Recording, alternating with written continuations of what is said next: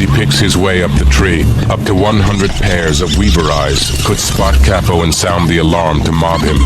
He can taste lunch on the air. A nest like this is a valuable food resource for him. At any given time, it may be home to over 200 chicks, and he needs only 2 or 3 to fill him up.